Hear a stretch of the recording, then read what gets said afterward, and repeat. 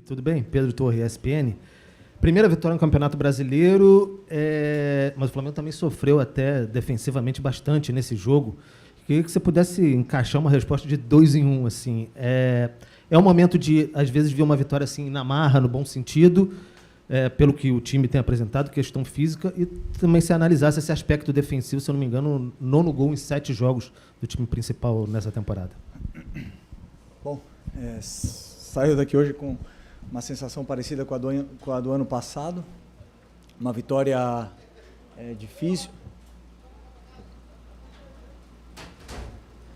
Vamos lá? Saiu com uma sensação parecida com o ano passado, uma vitória difícil, um jogo não muito bom. Na verdade foi um jogo muito difícil. Imaginávamos um jogo, esperávamos com um melhor refino técnico também dos jogadores, mas infelizmente o campo estava em péssimas condições, não ajudou a nossa saída de bola, demorou também a entender o jogo e isso nos levou. Isso fez com que nossa equipe perdesse muitas bolas, não conseguíssemos sair do nosso campo. E o jogo claramente estava pedindo profundidade, tanto é que o segundo gol do Cebolinha veio num ataque ao espaço e tínhamos poucos jogadores com essa característica no primeiro tempo. No segundo tempo, com o resultado, eu sabia que o jogo pedia isso, mas com o resultado esperava com algumas correções que melhorasse, e melhorou.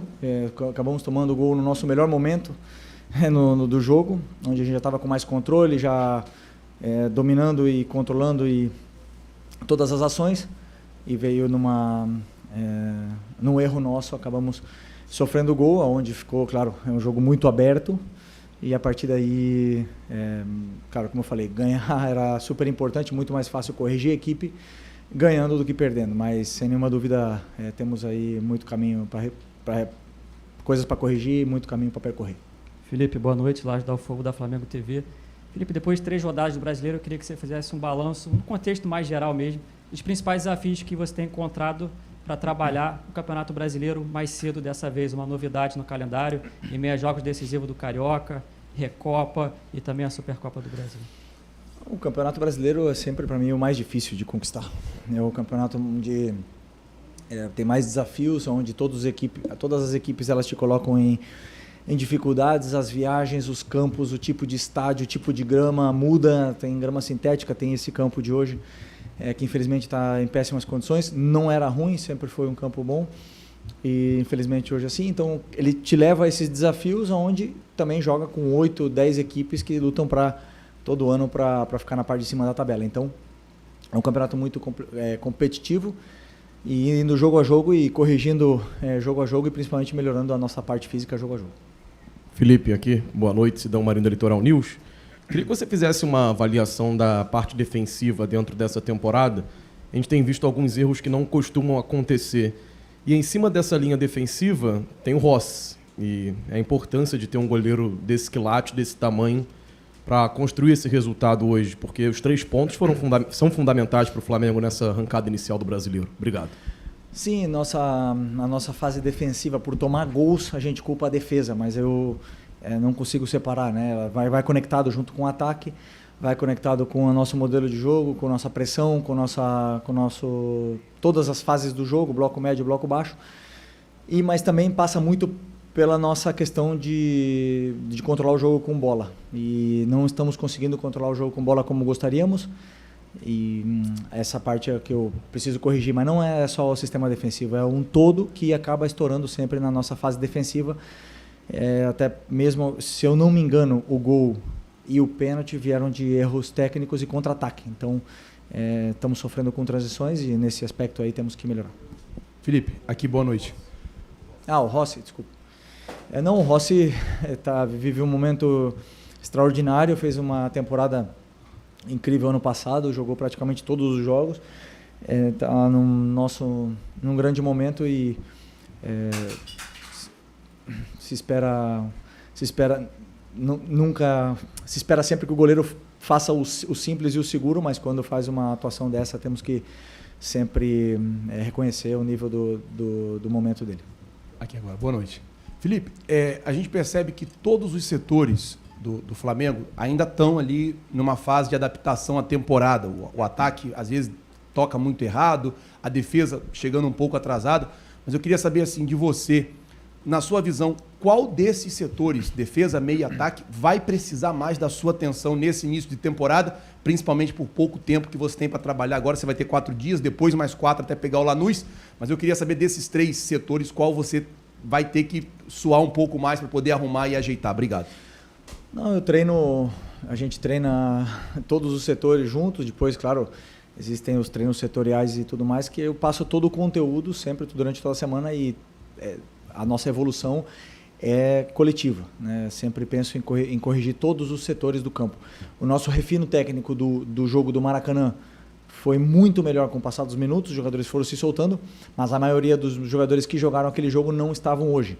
E como eu falei, o gramado nessas condições, o adversário que nos impôs uma pressão que era difícil de sair, e precisávamos desse refino técnico e também de profundidade, não conseguimos, então isso nos empurrou cada vez mais para perto da nossa área e acabamos sofrendo. Mesmo assim, soubemos sofrer bem no primeiro tempo e fomos com um resultado muito positivo para o segundo tempo, pelos jogadores determinantes que temos. Depois, no segundo tempo, como eu falei, no melhor momento nosso, acabamos tomando esse gol que deixou tudo aberto.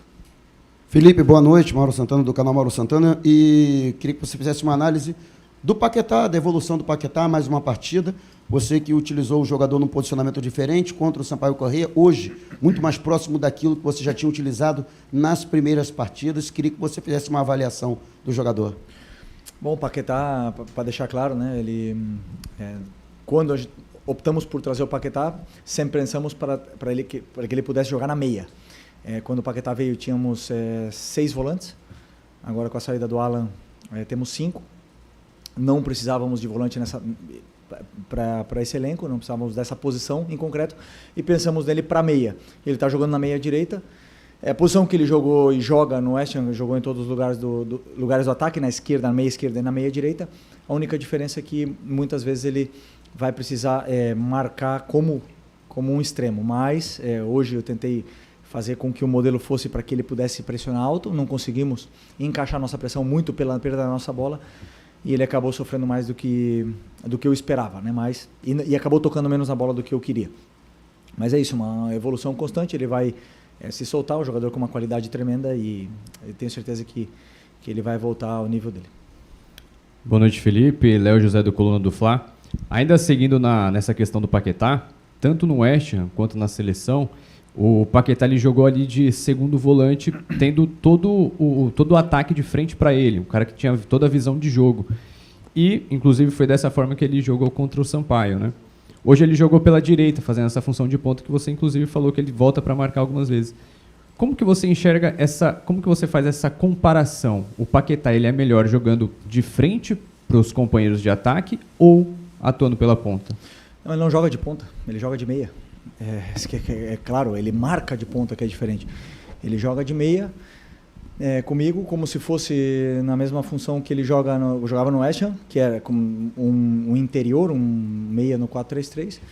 Simplesmente que desse lado hoje tínhamos o Royal como o jogador na ala, né? E como eu repito, eu jogo com 2 volantes lado a lado normalmente, e não precisávamos de volante, precisávamos de meia, e ele foi escolhido para vir aqui como meia. Professor Felipe, boa noite. Ícaro Caldas. Queria que você explicasse um pouco sobre o Vitória hoje veio com linha de 4 no 4-3-3 e o Kaique marcando individual no Arrascaeta. Você esperava isso? Você não esperava? No bloco baixo, Vitória continuava fazendo sua linha de 5. Você foi surpreendido ou não? E quais dificuldades que o Vitória fez para a sua equipe? Obrigado. Bom, eu esperava a linha de 5, esse 5-2-3, 5-4-1 do Vitória. Eu esperava que fossem menos pressionantes, foram bem impressionantes, até mesmo pelas condições do campo. Acho que isso deu certa confiança para eles saltarem mais na pressão. E sempre o Arrasca joga com marcação individual praticamente o ano inteiro. E tentamos sempre dar soluções para essa marcação que eles fizeram. Mas, como eu falei, esse tipo de marcação individual, onde entra todos os adversários dentro do nosso campo, o espaço está sempre na profundidade. E aí que no segundo tempo corrigimos esse detalhe e o time já conseguiu sair mais dessa pressão do Vitória e fazer ele jogar perto da área deles. Felipe, aqui, estou deixando para perguntar por último, porque uma pergunta tem em relação com a próxima partida, que é o Botafogo pelo Carioca, um domingo de carnaval, e é uma reportagem que a gente está fazendo sobre a relação dos jogadores com o carnaval, que foi mudando nos últimos anos. Porque o calendário mudou, enfim, a forma de jogar no futebol brasileiro também mudou, você como jogador também pode falar, realmente mudou essa maneira de tratar o carnaval, aquela coisa de curtir o carnaval e não dá para curtir como antes, e, enfim, porque o calendário também mudou. Como é que mudou isso para o jogador nos últimos anos? Bom, para mim não mudou nada. Eu penso que o futebol na minha vida é prioridade absoluta. O Flamengo, eu já falei várias vezes, o Flamengo é prioridade para todos nós, por em cima, inclusive, das nossas famílias. Então, o Carnaval é uma festa para a população que pode curtir. Os jogadores, enquanto eles têm compromissos, eles têm que ser prioridade do futebol sempre.